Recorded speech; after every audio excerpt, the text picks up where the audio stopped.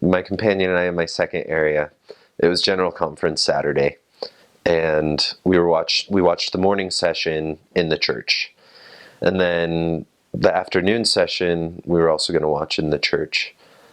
But between the two sessions, there's that gap. What, 2 hours, an hour?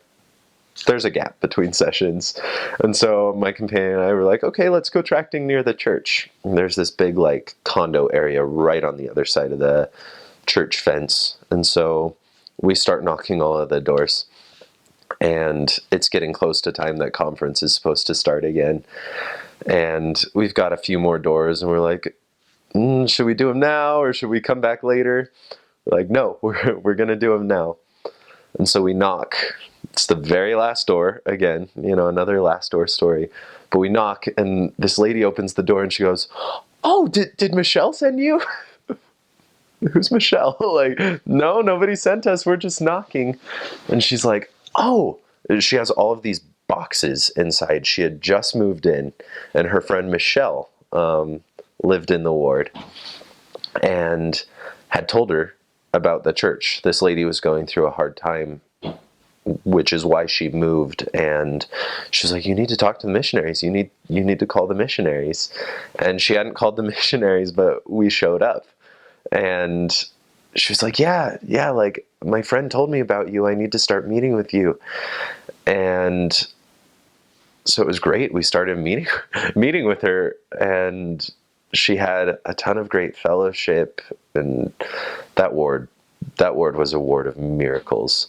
Such great member missionaries, so many opportunities, so many referrals that just came to us from not even members in the ward, but they just came to us. It was actually, that I'll start that story.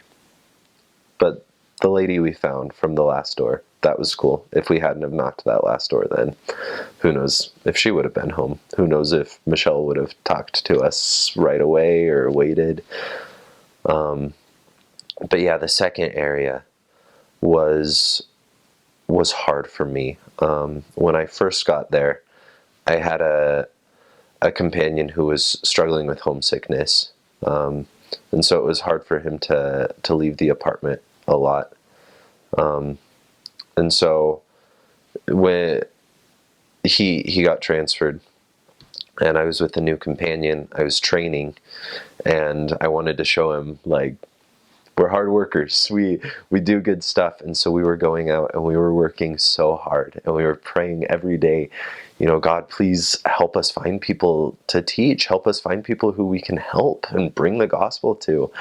And we were praying so hard, and we were working so hard. We were knocking on doors. We were seeking service opportunities. We were getting involved in community activities, and we weren't finding anyone to teach.